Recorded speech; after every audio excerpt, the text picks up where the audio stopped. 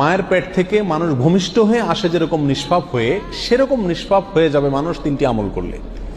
নবী আলাইহিস সালামের 3 হাদিসে এই 3টি আমলের কথা বর্ণিত হয়েছে। সহিহ মুসলিমের এক হাদিসে আসছে, নবী আলাইহিস সালাম বলেছেন, মান হাজ্জা ফালাম ইয়ারফুস ওয়ালাম ইয়াফসুক রাজাআ কায়াউমিন ওয়ালাদাতহু উম্মু। যে ব্যক্তি হজ করলো আর হজ করতে গিয়ে নারীঘটিত বা সেক্সুয়াল কোনো অপরাধে অন্যায় জড়ালো না, নিজের লজ্জাস্থানকে হেফাজত করলো আর অন্য সাধারণ কোনো গুনাহ অপরাধও করলো না,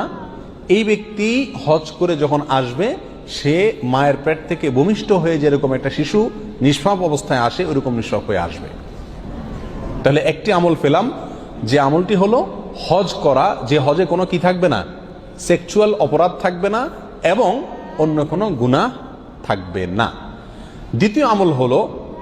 নবী আলাইহিস সালাম বলেছেন, এটিও সহিহ মুসলিমের ভিতরে আসছে, আন তাওয়াদ্দা কামা আমার আল্লাহ, যে ব্যক্তি ওযু করলো ঠিক সেভাবে যেভাবে আল্লাহ সুবহানাহু ওয়া তাআলা নির্দেশ করেছেন, অর্থাৎ যথাযথভাবে ওযুর প্রত্যেকটা কাজকে সঠিকভাবে করে পিওর ভাবে একেবারে সুন্নাহ সম্মত উপায়ে ওযু করলো, ওয়া কামা এরপরে দাঁড়ালো, ফাসাল্লা এরপরে সালাত আদায় করলো, ওযুর 2 রাকাত সালাত আদায় করলো, ফাহামিদাল্লাহ ওয়া আথনা আলাইহি ওয়া মাজ্জাদাহু,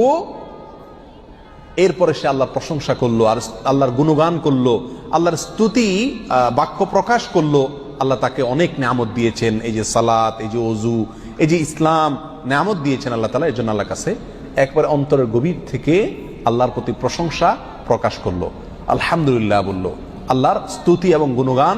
সে প্রকাশ করলো, বলল ওয়াফাররাগা কলবাহু লিল্লাহ, আর তার অন্তরকে আল্লাহর জন্য খালি করে নিল। আল্লাহর জন্য খালি করা বলতে অন্তরে দুনিয়ার বড়ত্ব, দুনিয়ার মোহ, দুনিয়ার নেশা, কোনো কিছুর প্রতি টান, যত কিছু থাকে সব কিছুকে তুচ্ছ করে আল্লাহ সুবহানাহু ওয়া তাআলার ভালোবাসা, আল্লাহর আনুগত্য, আল্লাহর প্রতি ঈমান, আল্লাহর প্রতি ভালোবাসা, এটাকে অন্তরের সর্বোচ্চ মাত্রায় স্থান দিল।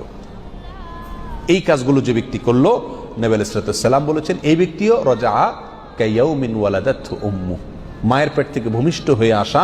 শিশুর মতো নিষ্পাপ হয়ে যাবে। 3 নম্বর আমল হলো, আল্লাহ সুবহানাহু ওয়া তাআলা বলেছেন হাদিসে কুদসিতে, ইযাবতালাইতু আবদাম মিন ইবাদি,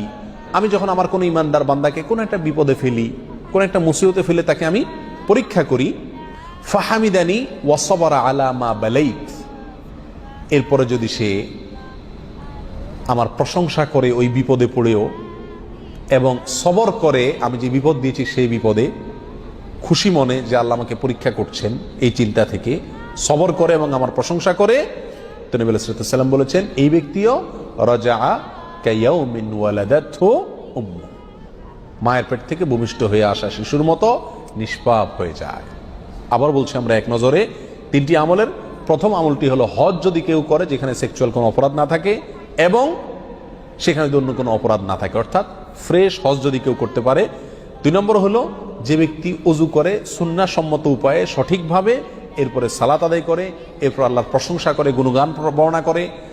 এরপরে অন্তরে আল্লাহ সুবহানাহু ওয়া তাআলাকেই একমাত্র স্থান দেয়, আল্লাহর জন্য অন্তরকে খালি করে, অন্য সব কিছুকে তুচ্ছ করে ফেলে নিজের অন্তর থেকে, এই ব্যক্তিকে আল্লাহ সুবহানাহু ওয়া তাআলা ওই নিয়ামত দান করেন, অর্থাৎ মায়ের পেট থেকে বিমুষ্টি হয়ে আসা শিশুর মতো মাফ করে দেন। আর 3য় হলেন ওই ব্যক্তি যে ব্যক্তিকে আল্লাহ সুবহানাহু ওয়া তাআলা পরীক্ষা করলেন, কোনো বিপদ দিলেন, কোনো মুসিবত দিলেন, ওই মুসিবতে পড়েও সে আল্লাহ সুবহানাহু ওয়া তাআলা প্রশংসা করে এবং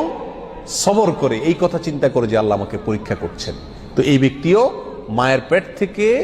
ভূমিষ্ঠ হওয়া শিশুর মতো নিষ্পাপ হয়ে যায়। 3য় হাদিসটি মুসনাদ আহমদে বর্ণিত হয়েছে আর প্রথম 2টি হাদিস সহিহ মুসলিমে বর্ণিত হয়েছে। আল্লাহ তাআলা আমাদের সবাইকে আমলগুলো যথাযথভাবে করার তৌফিক দান করুন। তবে মনে রাখতে হবে, বড় কোনো অপরাধ যদি কেউ করে থাকে তাহলে সেটা থেকে মুক্তির বা সেটা মাপ পাওয়ার একমাত্র উপায় হলো তওবা করা, খাঁটি অন্তরে ওটা না করার জন্য প্রতিজ্ঞা করা, পিছনে যা করা হয়েছে তার জন্য ক্ষমা চেয়ে লজ্জিত হওয়া, তাহলে ইনশাআল্লাহ বিইذনিল্লাহ সব গুনাহগুলো থেকে কি পাওয়া যাবে, মাফ পাওয়া যাবে। আল্লাহ তাআলা আমাদের সবাইকে সমস্ত গুনাহগুলোকে মাফ করে তারপর দুনিয়া থেকে যাওয়ার তৌফিক দান করুন।